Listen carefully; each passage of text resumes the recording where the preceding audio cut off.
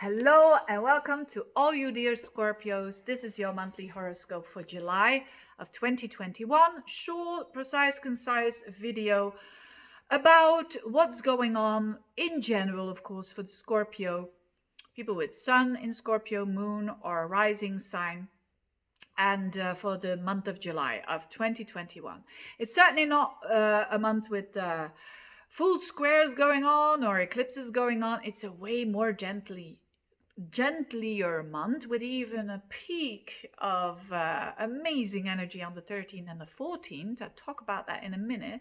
But the first week is frustrating. It's frustrating.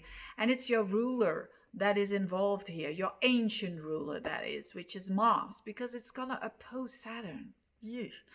But it's only temporary. It's only the first 2-3 days of the month. If you know that that's going to be a bit of a frustrating time, you can accept it better. I think that's the whole thing about astrology, right? Because we know things are going to happen, that we are a bit prepared there. And Scorpios do like that, a bit of preparation and knowing what's coming. So what is this all about? So the first 7 to 10 days of the month, a bit frustrating, then a very beautiful energy on the 13th and the 14th of the month. And then it is even more relaxing towards the end of the month. Now, the first thing is that the Uranus-Saturn square that is going on very strongly for the fixed signs, and you're one of them, is activated again. And it gets activated by faster planets, not only because it's very exact, it's quite exact still, but it gets activated by faster planets, in this case Mars and Venus in Leo, which is the top of your chart, which is the highest point of your horoscope, which is a bit like a second ascendant. It is for a lot of people their work, how they present themselves, but it can also be a parent that is interpreted here in a way that it's a connection with a parent. But it's definitely how you want to be seen by society, and there's a lot of activity there. So, but first of all, there's frustration because Mars is you, and it wants to go forwards when it comes to work or when it comes to how people see you and what you want to mean and what you can do for society. We can all try to do something, but it opposes Saturn. Although it squares up to Uranus, so there's definitely some freshness that you want to do, but it's kind of blocked.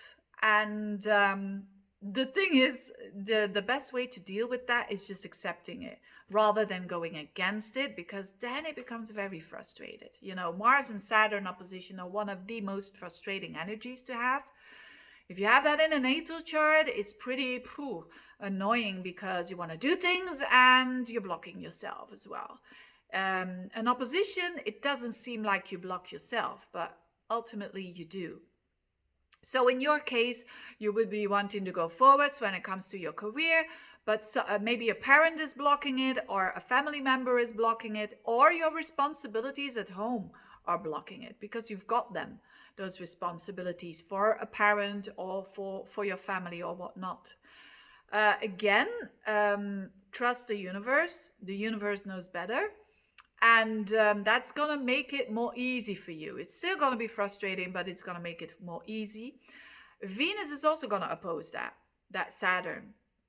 So although you have a lot of activity going on there, maybe even people that are helping you out, Venus in the 10th is a lot to do about, some gentle energy coming your way, maybe someone that's helping you out with work as well, or promoting your work or whatnot.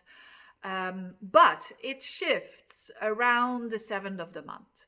Then the Mercury is out of its shadow. Mercury is our mind.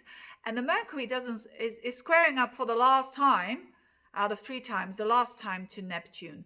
And typically after that comes clarification. And that for you happens in the area of your life that has to do with you could say values of other people, what other people think of you. It could have been very unclear.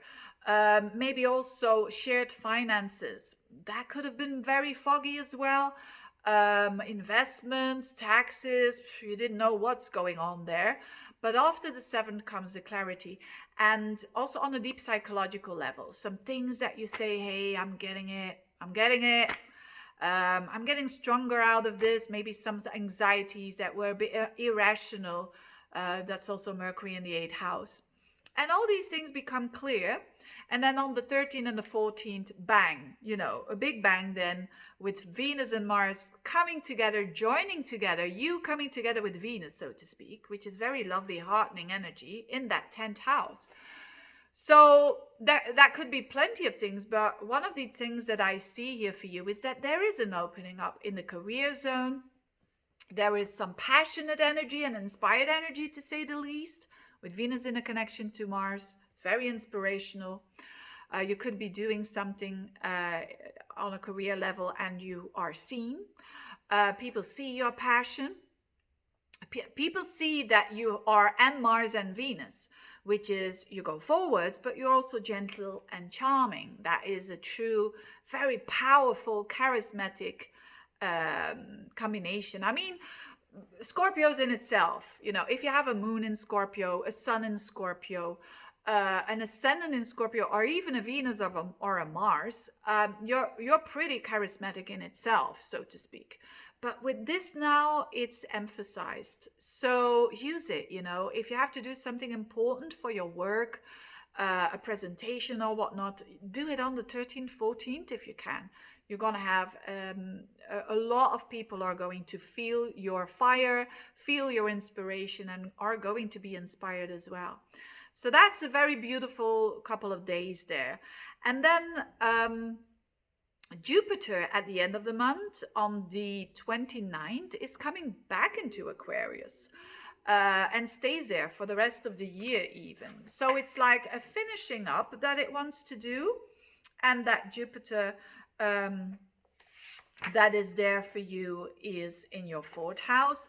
So again, there is more understanding, expansion, feeling good about your emotional well-being. The fourth house is not only literally your home, your family, your roots, it's also your emotional well-being. So you feel more good about yourself. So that is a blessing as well, and something definitely to look out for. So all in all, a pretty interesting month. Some things on the career level that can really expand now and can really show some good passion there, and that can make you grow for sure, especially with that also on an emotional level. Feeling good about yourself is who doesn't want to feel good about themselves? Anyway, having said that, thank you so much for watching. Have a very good month and see you next month. Bye bye.